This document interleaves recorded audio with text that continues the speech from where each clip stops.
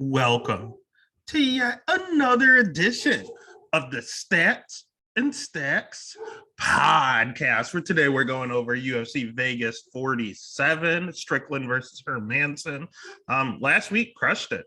Had some dogs hit, both the locks hit as always, and one of the totals hit. So not much better we can do. Again, for whatever reason, we usually did better on the small cards and then struggled on the pay-per-view.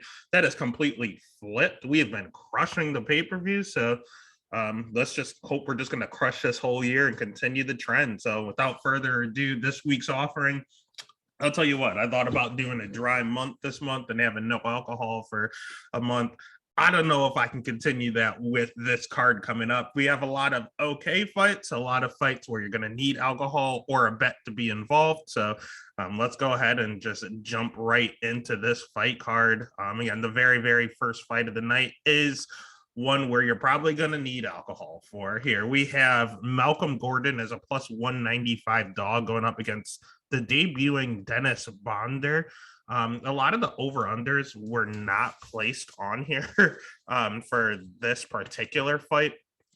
And here's why. The flyweight division, generally, you have a steamed over and a lot of plus money on the under. These two, you can't do that. Again, Bonder, a minus 240 favorite in his debut. Let's just go ahead and jump into why. This dude is an absolute finisher. It's not a common thing in the flyweight division to be such a killer, but I mean, looking at his career wins, armbar, knockout, rear naked choke, knockout. I think he's finished every single one of his wins. Yeah, he has 100% finish rate. Dude has 16 wins, all by finish. He has 3 losses to where he's also been finished. And I think he lost a decision once. The only thing is his level of competition. This dude has okay striking. It's just okay, but he has a decent amount of power with it. Pretty good jiu-jitsu watching it. He flows seamlessly from position to position on the mat. His wrestling seemed okay. It wasn't the greatest in the world, but it wasn't terrible by any means. He loves to go forward. That does make him a little hittable. And again, this is his debut. I think Malcolm is the better striker. However, Bonder definitely hits harder. When it comes to the mat, technically Gordon is a black belt, but at the same time, Bonder's usually one doing the offensive wrestling. Again, it really just comes down to what you believe. One huge thing is the fact that he has not fought in 2 years. He's had 3 fights canceled here in the UFC trying to make his debut. He last fought in 2020, and it was some sketchy fights. I mean, I watched a few of his tapes where he was literally just fighting on a mat, on a platform. I know in high school we did this wrestling contest, or we did this wrestling match where we actually went to Pennsylvania and like wrestled on a platform. That's what it looked like. It was not an MMA fight. It looks like something that would go down at a high school wrestling meet. So I don't know, a little sketchy, but the tape says he's good. He's only 29, so he's not necessarily young, but he's not old. He's kind of in the middle there, about to enter his prime. The tape says he's good. It's just against very, very low level of competition. Malcolm Gordon, on the other hand, is someone where his tape is weird, man. He, as aforementioned, is a Brazilian Jiu-Jitsu black belt. He is very, very good on the mat. He also loves to apply pressure, but he's also very hittable. He gets hit a lot more than he actually dishes out. But again, he is the more accredited striker. It's just this. You barely see a chin on him, but if you can crack it, that thing goes down. I mean, everyone wants to talk about the Sumaderji fight. Yeah, it's kind of embarrassing getting knocked out in 44 seconds, but it says straight punches. It was a jab, folks. This dude got knocked out by jabs. That's very, very concerning. Even he's a black belt. He's getting triangle choked by a blue belt and Amir Albazi. And you would say, well, how does that happen? Because he got rocked first. It was a club and sub. And if you touch this guy's chin, he goes down. I mean, look at his other loss. KO in the first round. KO in the second round. KO in the second round. Every single one of his losses are by finish, and they're all by knockout, or the one time he got subbed, it was a club and sub. So he was rocked, didn't know where he was, and got submitted. So it's very, very concerning. On paper, he is a good fighter. But in retrospect, if you touch him once he's out, he's aware of it. That's the only difference. When he fought the bad Figueroa, Francisco, he did not try to strike. Even though he was the better striker, he fucked the crap out of Figueroa. It wasn't an impressive one. He did gas out, so his gas tank is a little suspect. But he knew what he had to do. If he gets cracked, he knows he's going out. So he had nonstop pressure up against the cage, a nonstop on Figgy's legs, and it worked, and he got the win. But if Dennis is able to stuff a takedown, Malcolm is in trouble, because that to me showed that he's in his own head. And that's not something I can back. I also don't like backing really favorited debutants. Is not my favorite either. The over under, it's going to be a flyweight fight, and the over under literally might be set at 1.5. I might take it, in all honesty. I could definitely see a world where Gordon just wrestle fucks him and grounds him the entire time, and it goes to a very boring decision. I can also see where Dennis taps him out or knocks him out quickly. The pick, unfortunately, has to be Bonder, just because you have to fade a bad chin. But I do not feel confident in it whatsoever. So the pick would be Bonder. The bet would just be Bonder in general. All right, then that takes us to the next fight of the night. I think the UFC this week just wanted to test all of the bad chins they could. We have Jason Witt at plus. So when I did the research, he was plus 145. I checked it just a few hours ago, and he was plus 105. A lot of Jason Witt money coming in. Philip Rowe was minus 165, still is in some books, but in other books, he's only minus 125. So it's going to be a very interesting one here. Over under set at 1.5. Over 1.5 minus 150, under 1.5 plus 120. We just talked about Malcolm Gordon's chin, so let's just segue right into Jason Witt.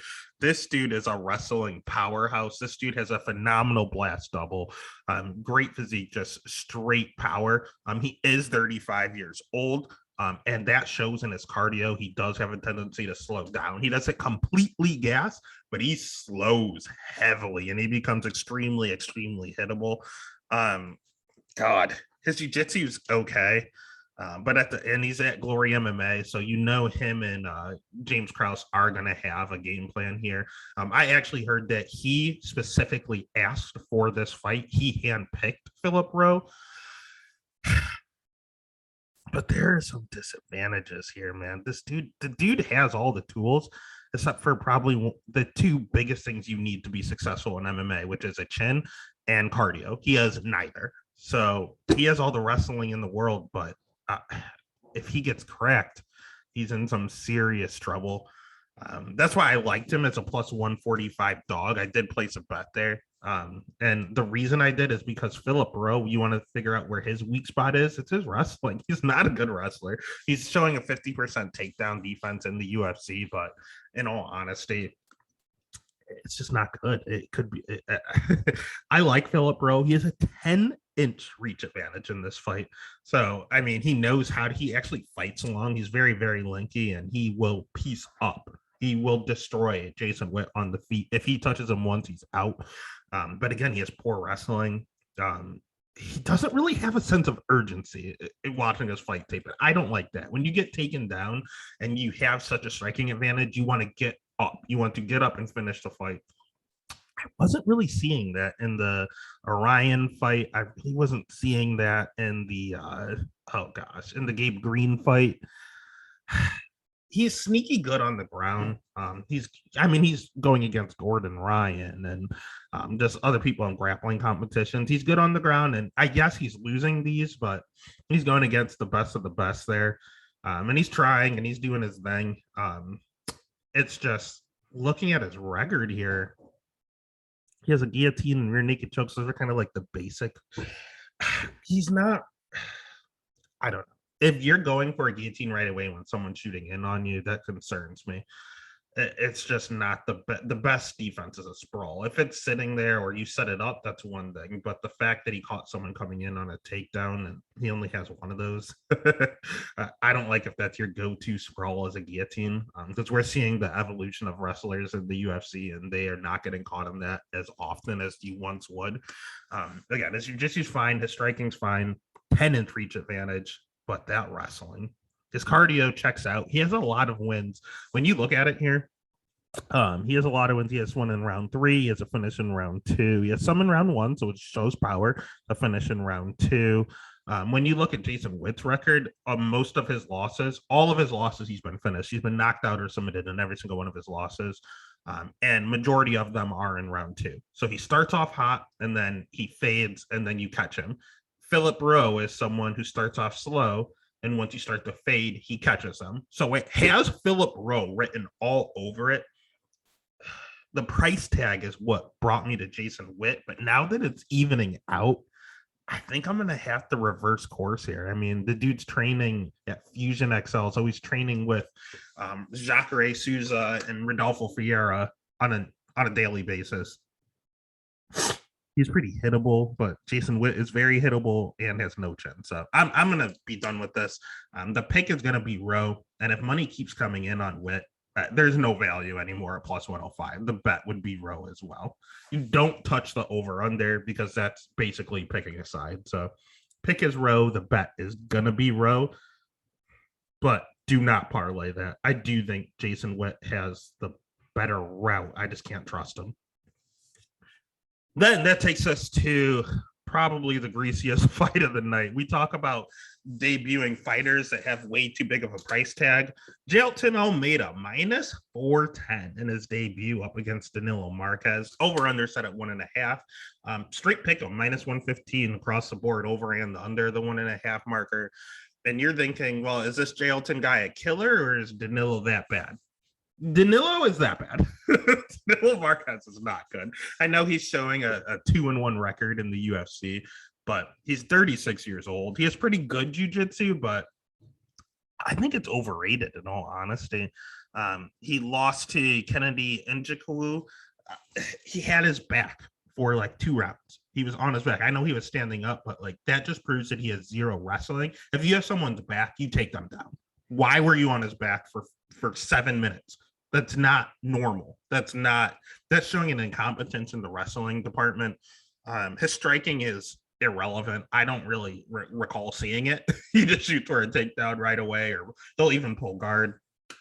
Again, he's 36 years old. His gas tank reflects that. I'll tell you that. He gasses. He cannot continue that pace. And when he is on the feet, it's very basic and he's extremely hittable. He gets hit a lot more than he dishes out. So I don't really know. I guess his best route is to get the submission. Looking at his wins here, slow Mike Rodriguez submission. Khadis Imabramov, he took him down and kind of controlled him. But he's a terrible, terrible wrestler. But Danilo is a slightly better wrestler, so was able to control it. But he couldn't tap him out. That's sad. Armbar decision. He lost a split. Submission. Like all he does is get submissions. And ththese are very, very low level competitors here. I mean, 5-9, 6-6, 0-3, 0-16, 5-4. Like this dude, he sucks. He has a poor level of competition and sucks at everything but the ground game. The only problem with this fight for him is that Jailton is also a jiu-jitsu ace.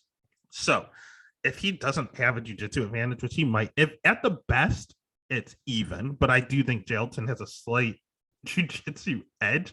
He's the better wrestler. He showed off very, very good wrestling in his Contender Series fight against Nazardinov. He has a 2-inch reach advantage if this does stay on the ground. His striking is also a little sketchy, but the good news is he's fighting the worse and older version of himself. So he slows a little bit in some of his fights as well, but again, he slows. Danilo gasses. His striking needs work done. Danilo's is non-existent. His wrestling's okay. Danilo's is terrible. His jiu-jitsu is good. Danilo's is good. He has the advantages everywhere. Minus 410 is not something I like in particular. So then you look at the over-under. If I had to bet UFC jitters, I'll take the under. I think he'll try to come out and steamroll him and make an opinion. He'll try to make an example out of Danilo in his debut.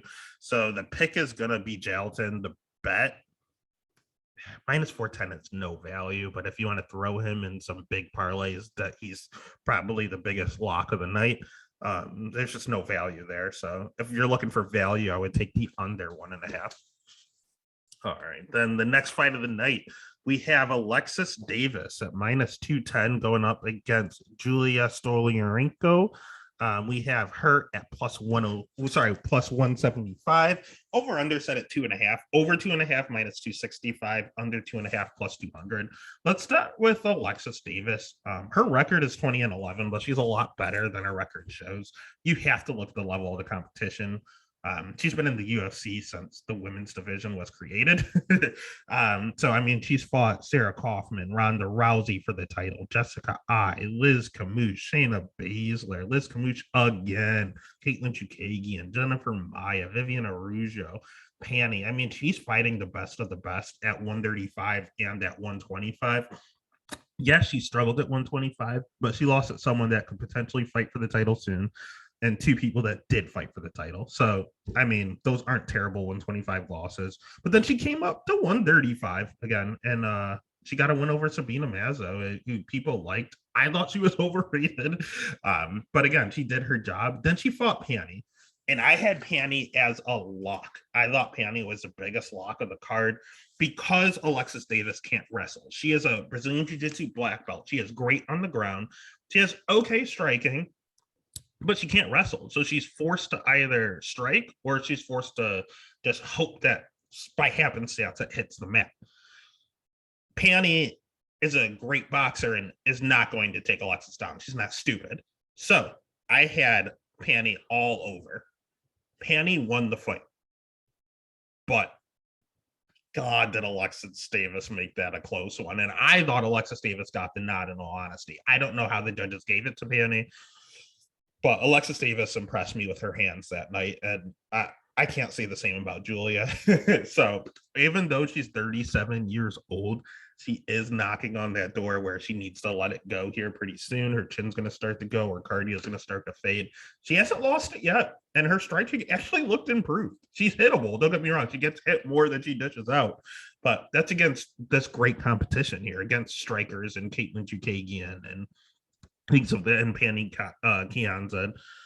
Going up against Julia, she's going to be perfectly fine. Julia has very, very low volume. Alexis literally doubles the amount of output that Julia puts out. Julia's record, man, she has 9 professional wins.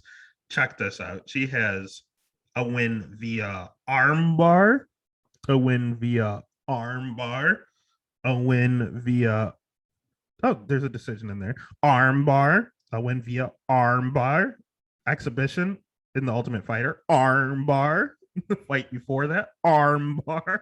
That's all she does. She has one move. She is literally a 2022 Ronda Rousey. That's literally only without wrestling. It's armbar from guard. Alexis Davis is a Brazilian Jiu-Jitsu black belt. She's not going to catch her with, I know it's women's MMA. They're notorious for arm bars from guards, but Alexis Davis she's 37 years old. You're not going to catch her in that. And or Alexis Davis might keep it on the feet. If the Alexis Davis that showed up against Panny Kianzad shows up against Julia Stoliarenko, she's going to kill her. So she honestly is one of the biggest locks of the night.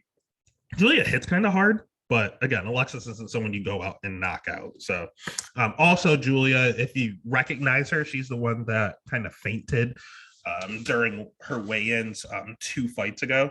So you do have to watch that. She's also hittable. So between bad weight cuts, very low volume, poor wrestling, it's Alexis Davis all day here. Even though she's 37, this might be the last opportunity I have to bet on Alexis Davis. I'm going to make it count. So the pick is going to be Alexis minus 210. I'll take the value. That's fine. And I'll bet Alexis. All right, then the next fight of the night, we have Marc-Andre Barriault at minus 135 going up against Chidi and Jacani. This is another one where the line is moving. And I did see earlier Chidi at plus 100, Marc-Andre only minus 120 now. Over under set at 2.5, over 2.5 minus 165, under 2.5 plus 135. Let's take a look at Chidi first. Chidi is someone that's improving. He's not young by any means. He's 33, but that's because he's done his time, man. He's been in Bellator, he's been in LFA, he's done the Contender Series, he's done it all. He's in Bellator for a while. They decided not to re-sign him. The UFC, where it's kind of 50-50 on him, made him do Contender Series, and it's the best version of Chidi I've ever seen. He's recently a Brazilian Jiu-Jitsu black belt, just got his black belt. His wrestling leaves a little to be desired. His volume is my issue. The dude is a good Muay Thai practitioner. He's a very good striker. Just doesn't throw a lot. He throws with decent power. You'll see him with knees to the bodies and punches, decisions, and a lot of wins. Andre Fialho was just in the UFC, knocked him out in 21 seconds. Like, he has some decent power. It's just his volume is a very, very concerning. He does have a 7-inch reach advantage in this fight, which I like. His cardio isn't good, but it looks like it's improving somehow. So I'm very confused about Chidi. This fight is probably the one I want the least part of in the entire card. This and the first fight, I don't know what to do with them.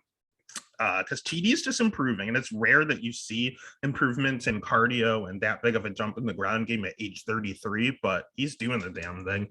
Initially, before doing fight tape, I had Marc-Andre Barriault all day. I thought he was a generalist. He's going to come out and he's just going to press. I know he pressures a ton. I know he has a great gas tank.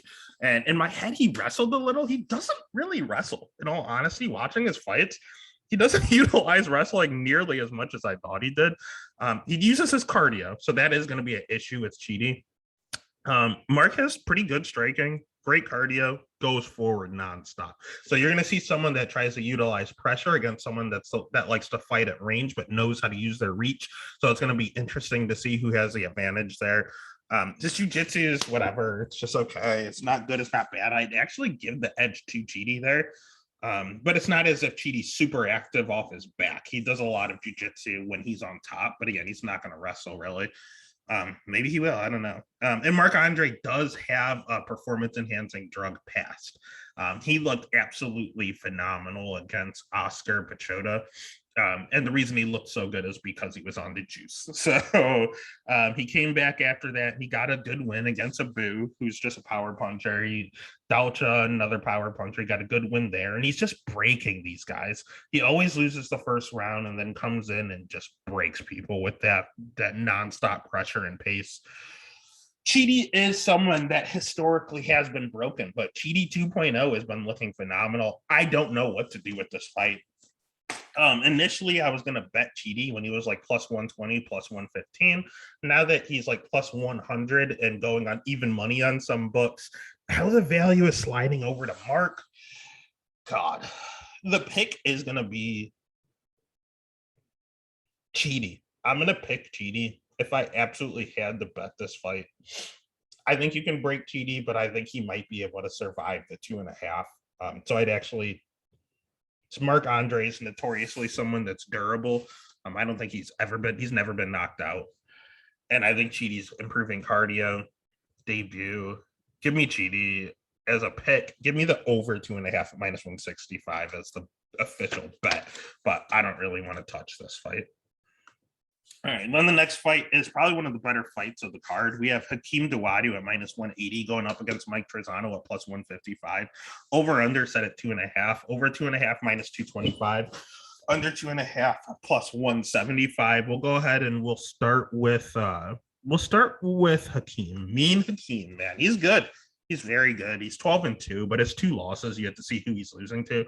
He lost to Mazwar Evliev, who might honestly be champ here relatively soon. That guy is a Russian killer. And then he lost to, I actually don't know a ton about Danny Henry, but he got choked out very. Oh, no, I know Danny Henry. Getting choked out by Danny Henry isn't the best luck, but again, it was very, very early in his career. It was 30 seconds into the fight via guillotine. He just got caught. At the end of the day, Hakeem is a phenomenal striker. He's very, very good on the feet. He has really good volume. His wrestling, he had a really good takedown defense. It was like 90%. Then he fought Evliev and it dropped down to the 60s because Evliev took him down like over 10 times. My problem with Hakeem is that he's a counter striker. He's very durable. He loves to counter strike. He's very, very good at it. He doesn't go first a lot. When he does, he makes it count. And when they go first and he counters, he makes it count. It just leads to perception. Hakeem definitely has the better shots, but sometimes he gets touched up a little more than he's giving out. So he is someone that runs into a ton of split decisions. Like, he has a split decision king. You have Zabira was a split decision. Julio Arce was a split decision. Kyle Bosniak was a split decision. All of his UFC wins are split decisions, even though I thought that he clearly beat Zabira, but whatever. It still went to a split because of his fight style. So betting, I think Hakeem is a great fighter. Betting him gets a little sketchy, especially when he's minus 180. I don't like someone that goes to splits in all those fights and having a minus 180 ticket when I can have plus money on the other side. However, Mike Prezano is the same thing. This dude, when you look at him, he's 9-1. He has Ludovic Klein. I thought Klein won that fight. I don't understand what the judges. I thought the striking exchanges were a lot closer than they should have been. Even if you want to give the slight edge to Prezano, I can understand it. But I personally thought Ludovic. It was another one of those volume versus. It was one of those quality versus quantity ordeals. The only difference is Klein was mixing in wrestlings and stealed rounds. The last 30 seconds of each round, he got a takedown. And I thought that was enough. If you have a 50-50 fight and the other guy is 3 for 3 on takedowns, give him the win. So that was a very, very sketchy win there. Grant Dawson took him down and choked him out and exposed him. He does not have a great ground game, but neither does Hakeem.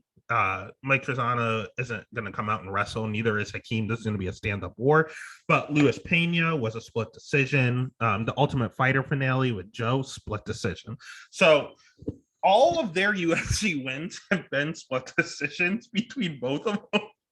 So picking a side here, Mike is someone that always goes forward and always pressures. Hakeem is someone that always counters. So we're going to have an exact same scenario where it's going to be Hakeem landing the better shots, Mike going forward and eating some, but landing more shots. So it's going to be another quality versus quantity ordeal. He has split decision written all over it, with both being durable, never being knocked out. So I feel very, very confident in the over 2.5. Even if you want to say fight goes to decision and get a little bit of better odds, I like that a lot. So the official pick, I can't stand Mike Prezano, so I'll pick Hakeem. There is value if you want to pull the dog trigger at plus 155 with Mike. I'm not gonna, even though I don't like the guy, that is good value. He's not a terrible fighter. So if you want to take the dog shot, that is fine. If you want to take the over at minus 225, I think that's a total lock. I think that's definitely, this fight is definitely going to go to the decision. Next fight of the night, we have Miles Johns at minus 240, John Castaneda at plus 195, over under set at 2.5, over 2.5 minus 200, under 2.5 plus 160. I have been waiting for this fight because the world is on John Castaneda. He is one of the biggest dogs. Jason Witt and John Castaneda are one of the, just the popular dogs here. And I don't see it, in all honesty. I'm going Johns. I'm going to make Johns a lock of the night because, you know what? Sometimes you got to go against the grain. And this dude's good, man. He's 27. He has some good camps. He has good partners at Fortis MMA. He has some good wins. Anderson Dos Santos is not a bad win. He's older now, but it's still a good win. Kevin Natividad, it is what it is. Mario Batista caught with a flying knee. Shit happens. Cole Smith, split decision, not good. That sketchy. Adrian Yanez, split decision win. Good win. So, I mean, it balances out. He's 27. You can't expect him to be perfectly, just the craft perfected yet. He's had some ups and he had some downs, but he's ever improving. At first, he was just a wrestler. This dude has great wrestling. His cardio, the wrestle heavy attack did slow him down, and he did slow quite a bit. But he's incorporated some striking, man. His striking is looking better and better each time he's out there. And now that he doesn't have to just wrestle the entire time, his cardio seems to be improving a little.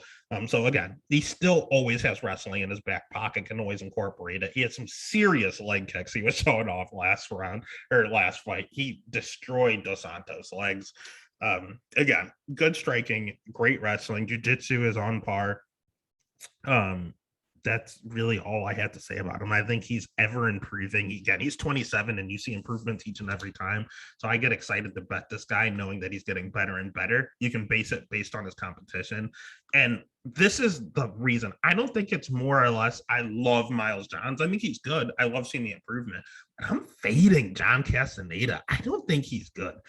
I don't think he's good at all. I think he has okay striking, but he's someone that likes to counter. He rides or dies on the counter. So if Miles Johns, who isn't known for having great volume, if he can at least get, keep it on par and mix in the wrestling, that's advantage him.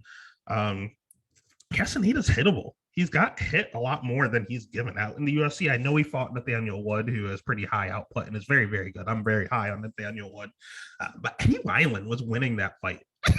Like, Eddie Wineland's like 40 years old, and he was losing to Eddie Wineland, and then he caught him with a counter and put him out. But before that, Eddie Wineland was winning that fight. His wrestling, I mean, I watched him in Combate.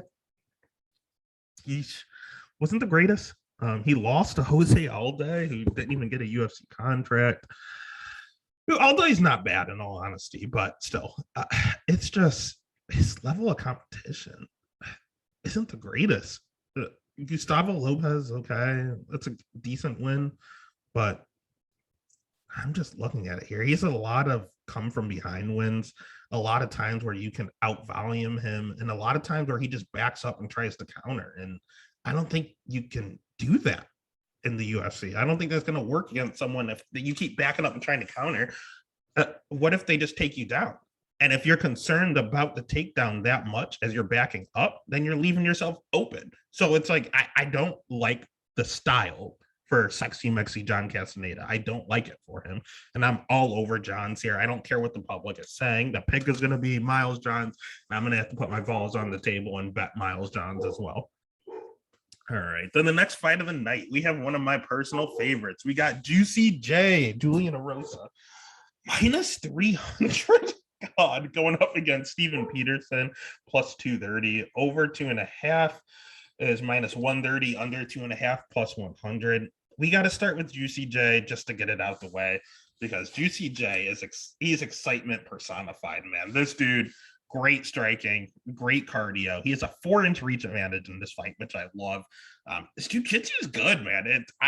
He's not like a decorated black belt, but he has quite a few submission wins and looks very competent on the ground, tapping out black belts in Charles Jourdain, tapping out Sean Woodson. I mean, he looks good.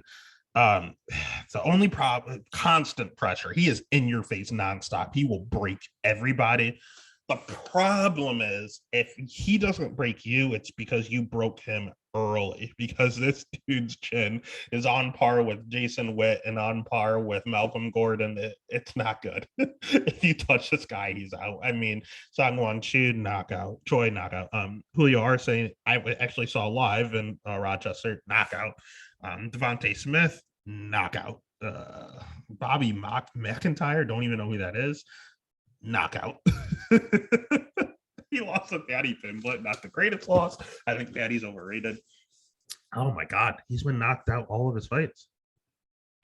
Artem Lobov, knockout. Oh my God.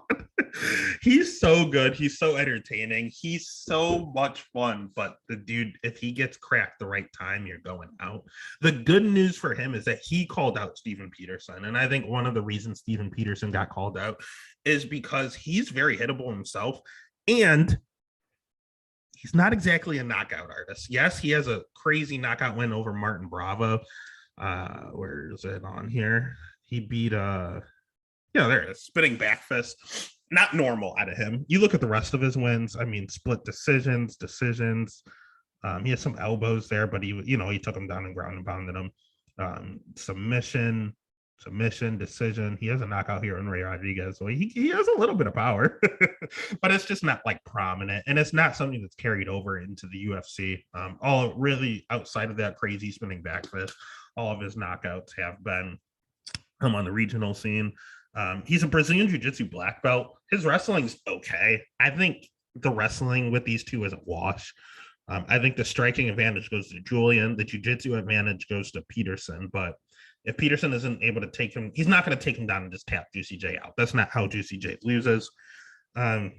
Stephen Peterson's just an overall generalist. I know he's like a coach at Fortis MMA, but he also lost a lot of his prime years here. He took off before that Chase Hooper win. His last win was in 2019. He took a 2-year break and then came back and got a win. And Chase Hooper isn't exactly the greatest fighter in the world. So he also slows a little as well. And you talk about Julian breaking people, someone that doesn't have a ton of power and not the greatest gas tank and that is very hittable, has Julian written all over it. So the pick is going to be Julian. The bet, Peterson is pretty durable. You don't go out there and just knock out Stephen Peterson. I don't think he's ever been finished. Oh, yeah, he has. He got knocked out once. Oh, God. You can't trust Juicy J's chin at minus 300. So I'll actually bet the over 2.5. I think Peterson has enough cardio to survive that long. And then Julian will get a very late finish like he did against Charles Jourdain, or it'll go to decision. All right, and then the next fight of the night is the Ultimate Fighter finale, what everyone's calling it. The two that were supposed to square off for the Ultimate Fighter crown. We have Trishan Gore minus 140 going up against Brian Battle plus 120. Over 2.5 is minus 110. Under 2.5 minus 120. Damn near pick 'em. Let's start with Trishan Gore. Initially, when I did the fight tape, when they were going to fight for the title of the Ultimate Fighter, I was Gore all day. Watching the fight tape, there's a lot of holes, man. In all honesty, I don't know what I was looking at. I think I was drawn into the mystique of Trishan Gore, but the dude is 3-0. He does not have a lot of experience. His fights in the Ultimate Fighter House, Ryder Newman was a good win. But again, this is amateur stuff. Gilbert Urbina, everyone, you touch Gilbert and he goes out. He is not difficult to knock out. So I don't take a lot of merit into that. Looking at his other wins, I mean, he has a split decision win in his first career win, a doctor stoppage in a fight that he was kind of like losing. It was kind of weird. And then he has a front choke win. So in retrospect, he has 2 fights that ended in the first round in a split decision. Then he has 2 amateur fights. He doesn't have a ton of experience. Yes, he's physically imposing, but I mean, he only has 3 professional fights. So to an extent, you have to go back and watch the amateur fights. And that's what I did not do last time. And this time, yeah, I did. And I looked at the split decision here. I looked at the unanimous decision loss. You can beat this guy. He is extremely beatable because he's extremely green. He has 3 professional fights. I mean, the same can be said about Brian. He's very, very green as well. But he's at this juncture, when you're fighting someone that's 3-0, it's good to be a generalist because that's what Battle is. He has good striking, he has good cardio, he has good jiu-jitsu, he has okay wrestling. And when you fight people that are kind of one-dimensional currently because they're so green, it's good to be a generalist. This is the one time where it's a good thing. He's also had good competition. He also fought Gilbert and finished him in the same round. He has wins over, oh God, he has wins over Andre Petrowski's an okay win.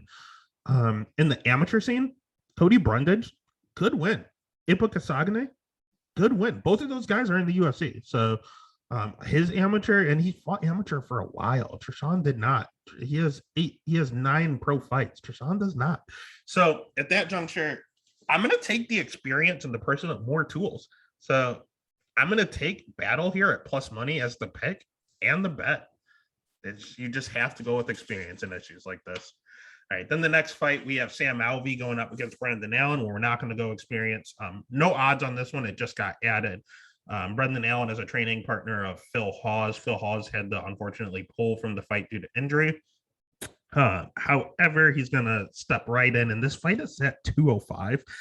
I don't know who that benefits, in all honesty. We just saw Brendan Allen get starched at 205 by Sean Strickland, taking a fight on short notice. However, Sam Alvey, he's not a 205 pounder either. I think it's kind of indifferent here. I don't think it hurts either one of them. But again, Sam, let's start with Smiling Sam, because this might be the last time we get to talk about Smiling Sam. Projected odds, I saw him like plus 230, and I saw Allen at like minus 380, stuff like that. So it's going to be basically the same odds as it was at Alvey against Rowe. Smiling Sam, man. don't know what to say about this dude. This dude has lost. This dude has not won a fight in the UFC since 2018. That was 4 years ago. This man has since lost to Little Nog, lost to Jimmy Crute, lost to Clifton Abreu, lost to Brian Spann, got a draw where he honestly should have won, but then proceeded to lose to Julian Marquez, lose to Wellington Turman. The dude is on 1, 2, 3, 4, 5. He has lost 6 straight fights and has a draw thrown in the middle of that. Everyone makes jokes about having dirt on Dana White, and that's why he's still in the UFC. If this man loses and does not get cut, there's absolutely no credibility to the cut system. The people that lose one fight and get cut should be absolutely infuriated. I don't understand. It's not as if he's a crazy mainstay. I mean, Alvey, he's never going to be champ. So why is he still here on a 6-fight losing streak? I mean, he has okay power. He slows. He's 35 years old. It's just natural. He's very hittable. He gets hit more than he dishes out. All he does is sit there and counter. And that works for some people like Connor and such, but they also have a little bit of offense. Sam doesn't. He literally has very, very low volumes because all he does is counter. The good news is he has 80% takedown defense, so it's not a walk in the park taking him out. Taking him down. But his jiu-jitsu, I mean, he just got tapped out by Julian Marquez. He's been tapped out a lot of times, honestly. He's been knocked out a few times. It's not like he's insanely durable. Little Nog knocked him out 3 years ago. Jimmy Crute knocked him out. Like, I don't know, man. I don't know what to say about Smiling Man. He backs up and he counters. That's all he does. 80% takedown defense. Hard to get him down. When you do get him down, he has a good get-up game. That's about it. He just relies on a counter knockout. That's all he has, literally. Allen on the other side is honestly someone that could work against. Allen's chin is questionable.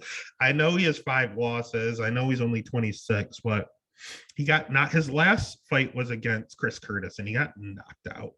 His fight before that was against Puna. Puna hits like a truck and he handled him. That was impressive. Carl Robinson hits kind of hard and it actually turned into a grappling match. And of course he's going to win that. Sean Strickland, not the most power in the world, knocked him out.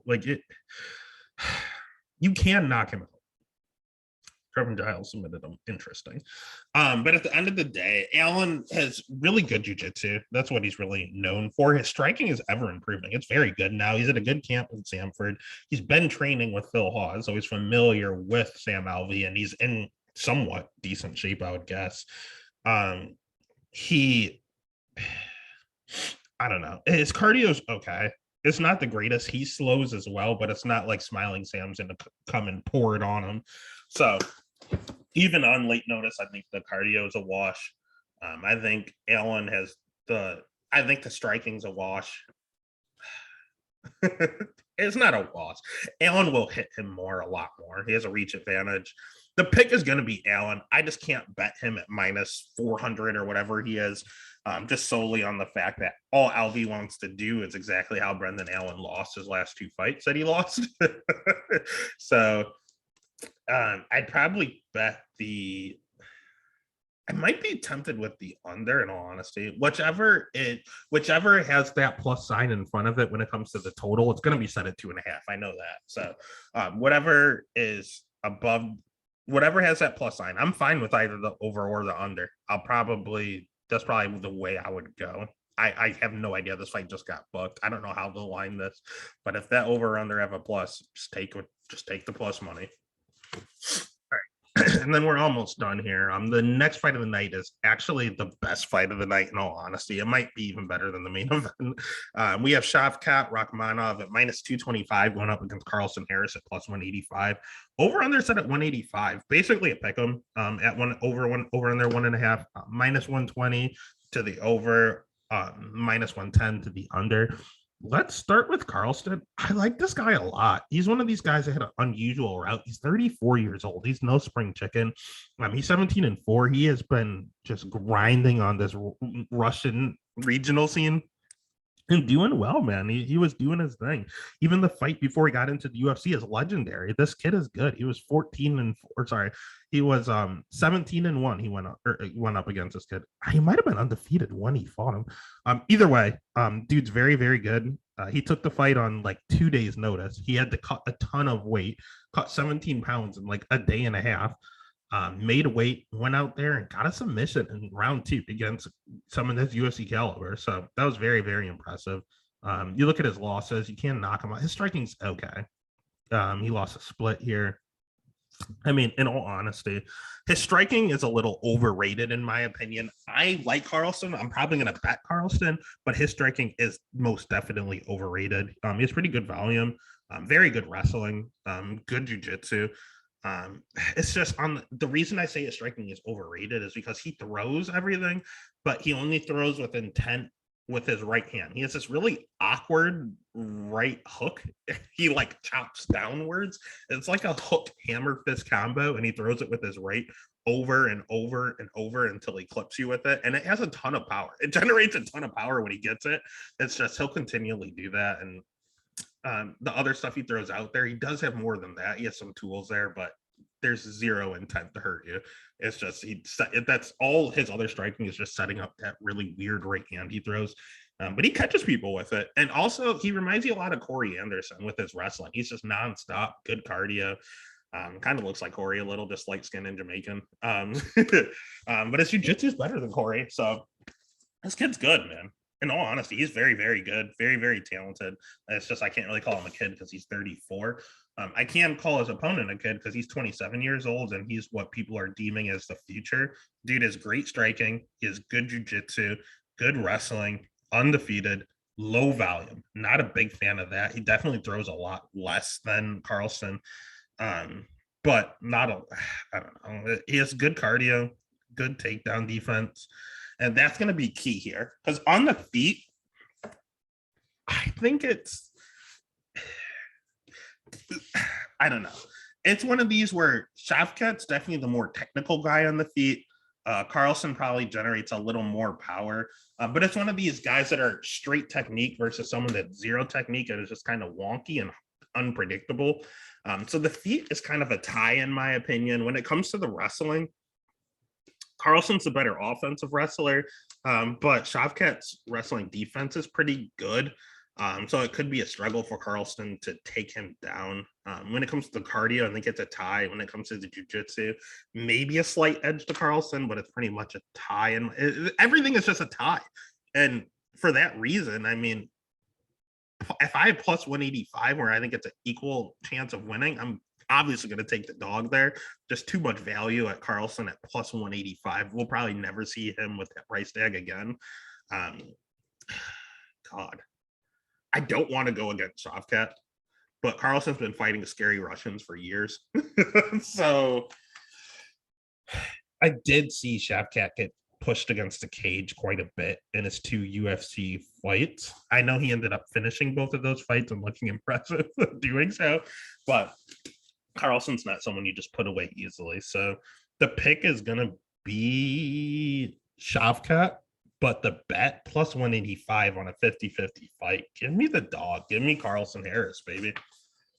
All right. Then next we have what is somehow the co-main event of the evening. We have Puna Soriano at minus 200 going up against Nick Maximov at plus 170. Over, under set at 1.5. Over 1.5 minus 160. Under 1.5 plus 130. We'll start with Puna. Someone I think is kind of cool in all honesty. He has good striking. He's a little, I always say he's like a little mini Brad Tavares, but he actually trains with Brad Tavares, and I guess they're really good friends. Brad's like his mentor, same weight class and everything. So we have Brad Tavares 2.0. Only Brad is notorious for getting decision wins and great takedown defense. He's the same way, only he gets knockouts. He does not get decisions. You look at Puna's record here over at Extreme Couture, knockout by punches, knockout left hook, rear naked choke, good punches, rear naked choke. Overall, he has pretty good wrestling. I think he has 100% takedown in the UFC. He does currently. He is a high school state champ or something like that. I don't think he really wrestled collegiately. But he's very, very sneaky good. He's a judo black belt. He is very good wrestling. He just doesn't really use it. I think part of the reason is because one, he hits like a truck and it's a lot easier to knock people out. Two, wrestling gasses you out, and he does not have the best gas tank. That is where his major flaw is his cardio.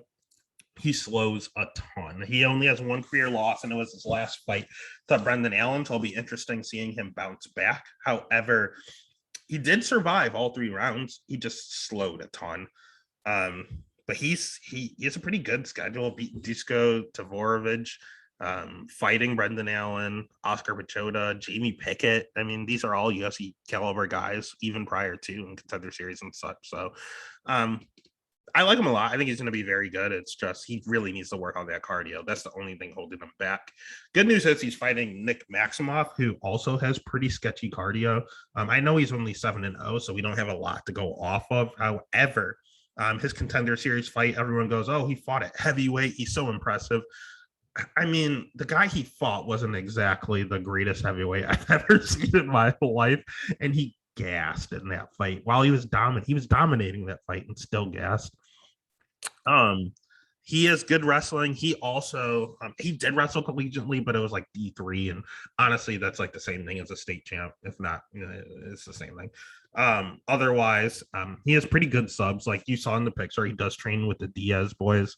I'm really good friends with Nick and Nate.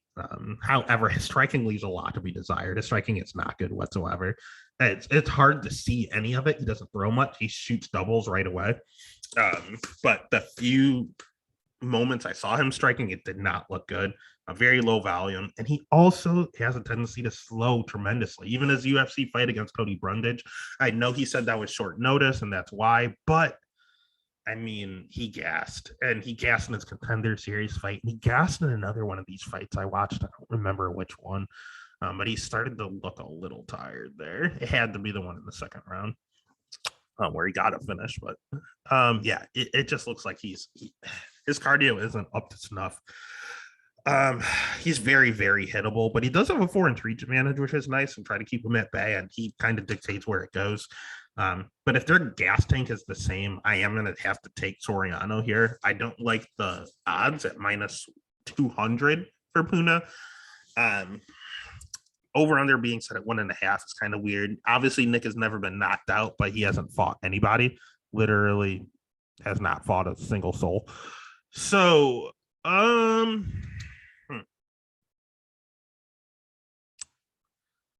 don't know. These guys were 1-1, 1-10, 0-0, 0-1, 0-2. The one guy he fought was 11-2, supposedly. He also fought people that were terrible. And then the win over Cody was sketchy. The pick is definitely going to be Puna. I'd honestly just go ahead and bet Puna. I'm not going to pick an over-under. I don't know how that plays out. So the pick is going to be Puna. The bet's going to be Puna. And that takes us to the main event. Again, the official picks are going to be posted on Instagram, over on Twitter, over on TikTok. Make sure you give everything a like, give it a follow. But we're going to go right into the main event here. We have Sean Strickland at -210 going up against Jack Hermansson at +175. Over under set at 4.5. Over 4.5 -120, under 4.5 -110. Let's go ahead and start with Tarzan. Sean Strickland, who looks really stupid without his long hair anymore, being named Tarzan. Dude has great striking, great cardio, great output, very good defensive wrestling. Just weird, man. He is a weird cat. This dude, there's no words to describe Sean Strickland. Everyone has a Sean Strickland in their life, and sometimes giving him a mic is just dangerous. It's a great schedule. I mean, he has an 82% takedown defense. He is someone that used to fight at welterweight, has looked great. Got into a motorcycle accident, came back at middleweight and looks great. But he's fighting people that like to wrestle, and Brendan Allen. Brendan Allen's not the greatest wrestler in the world, but at least he usually attacks. Actually, he didn't even attempt to take down that fight, so that was kind of weird. But he fought Court McGee. Court McGee likes to wrestle. He fought Kamaru Usman. Sometimes he likes to wrestle. Alex Garcia likes to wrestle. So it's not as if he has an 82% takedown defense and has never fought a wrestler. He hasn't recently at middleweight, so that would be an interesting thing. But again, he fought someone in Uriah Hall that's supposed to be a great striker. Now they're giving him a wrestling test, and if he passes this test, you have to give him like he's talking number one contender style status. I mean, he's at it's to that point.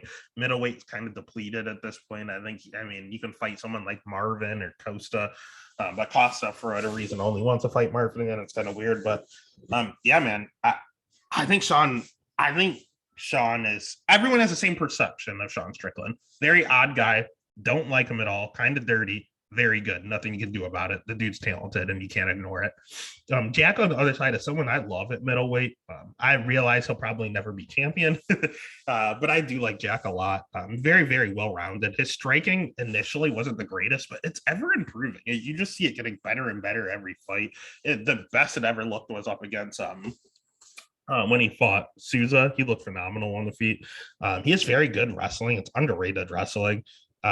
Good striking, very, very good on the mat. This dude is class act on the mat. This dude probably one of the top 3 to top 5 jiu-jitsu practitioners in the middleweight division in the UFC currently. He's a 2-inch reach advantage, which helps. He has a great schedule as well. He fought the likes of Edmund Shabazian, Marvin Vittori. He fought Kamzat in a wrestling match. Kevin Gastelum, heel hook in 1 round. I mean, who does that? Jared Cannonier, Souza, Gerald Mearshart, guillotine choke. He is good on the mat, man.